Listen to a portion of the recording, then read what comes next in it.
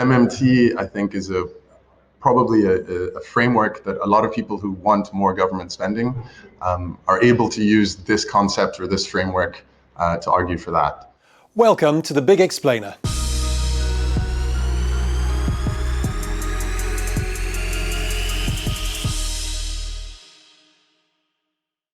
Modern monetary theory, or MMT, has become one of the main topics of conversation within economic circles. It's a driving force for increased government involvement in setting policy goals and shaping economies. It is a controversial strand of economics, but precisely defining exactly what MMT constitutes is proving quite tricky.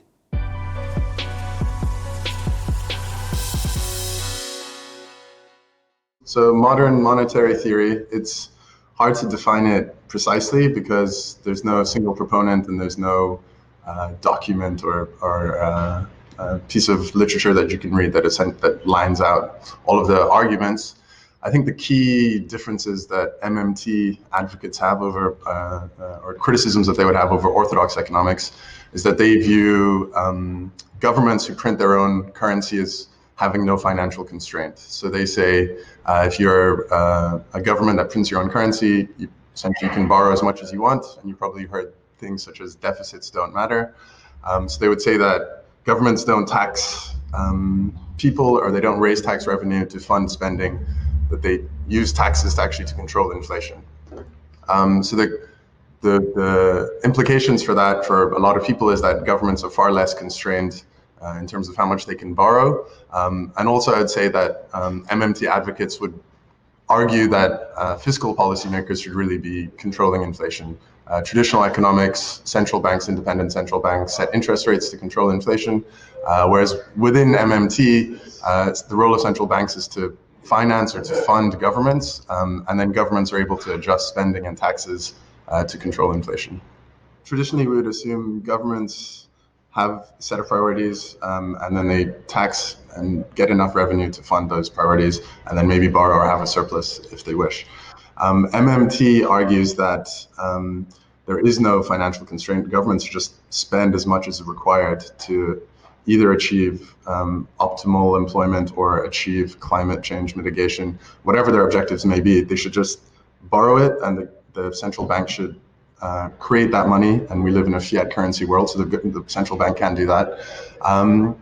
And only the government then fiscal policymakers should be in charge of inflation. So they don't argue that there won't be inflation, and they accept that there is some sort of constraint.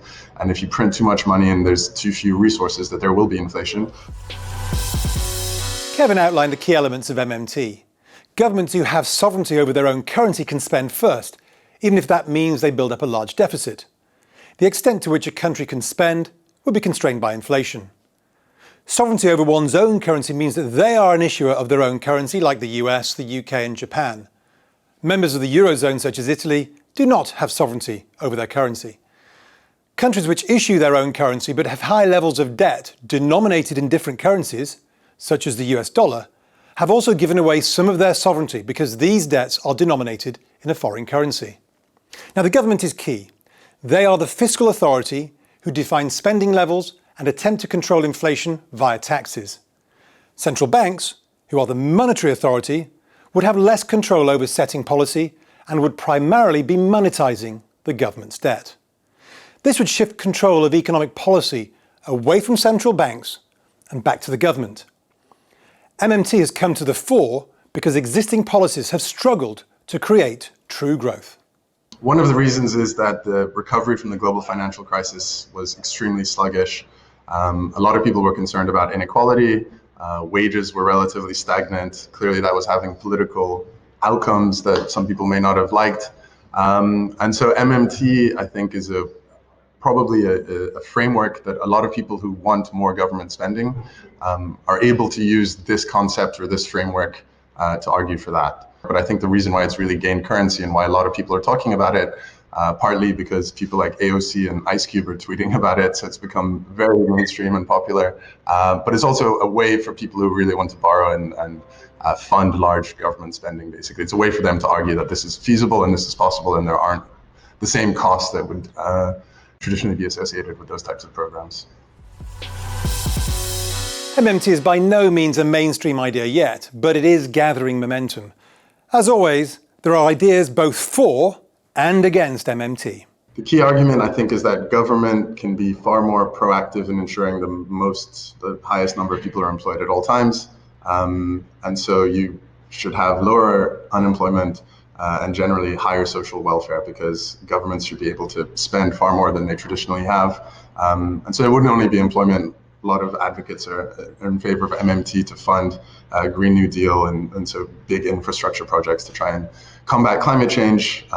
Essentially, a lot of the things that people are in favor of that previously people would say those are too expensive or we don't have enough money.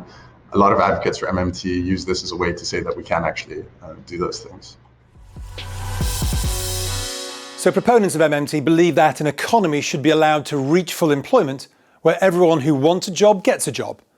One of the areas of focus would be modernising a country's infrastructure, providing both jobs and an improved network of communications to help encourage growth. Although it sounds perfectly reasonable, MMT is not without its detractors.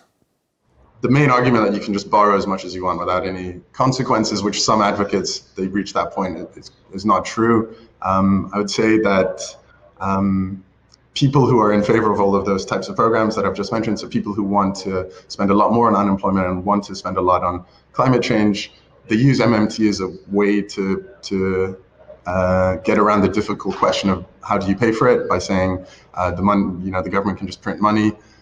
If you draw that out to its extreme, yes, you could get inflation.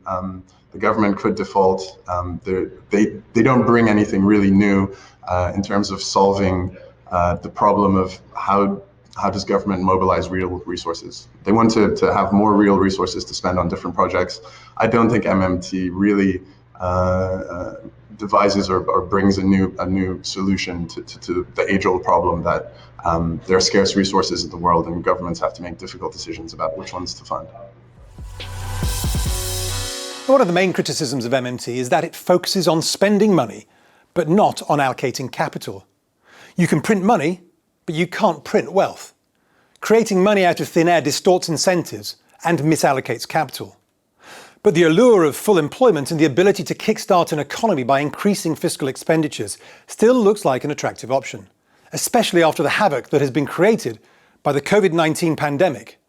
Have many countries made the full jump to MMT yet?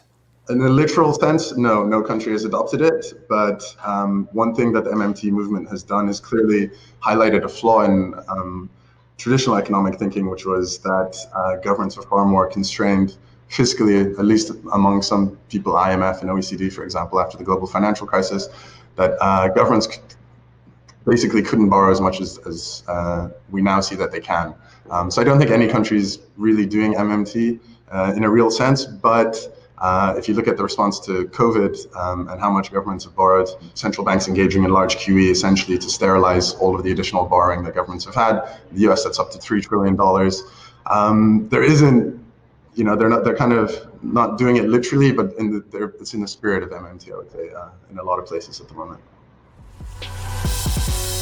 Although there aren't any countries that have moved into full MMT mode, the response to the COVID crisis has been to increase government or fiscal spending, while central banks have expanded their balance sheets at a record speed in order to help hoover up this additional debt. Whilst most governments have responded to the crisis with an increase in fiscal expenditures, MMT is still seen as being firmly rooted in the politics of the left.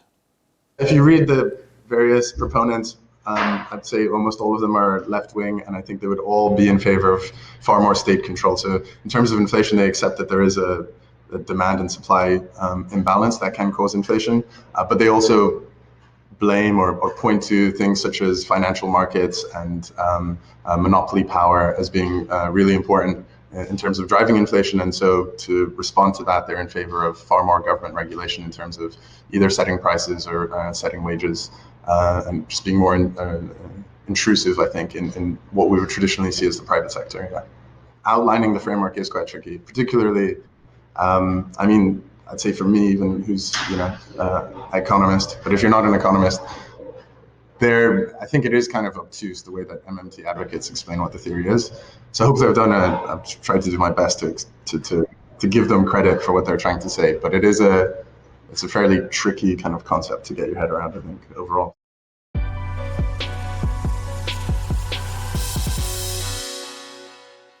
Proponents of MMT believe that countries who have sovereignty over their own currency should be able to spend freely, because they will never run out of money, as these countries are issuers of their own currency and their debts are denominated in that currency. The key constraint is inflation, though taxation can be used to reduce demand in the areas where inflation is starting to pick up. Detractors argue that central planners are very poor at allocating capital, and that the impact on innovation and productivity and the distortion of incentives will create a financial and economic burden, even if it appears that the printing presses can keep the spectre of increased debt at bay. Now, whether we like it or not, elements of MMT are already being incorporated into many economies. The MMT debate will continue to rumble on, and the intensity of the debate will only increase through time.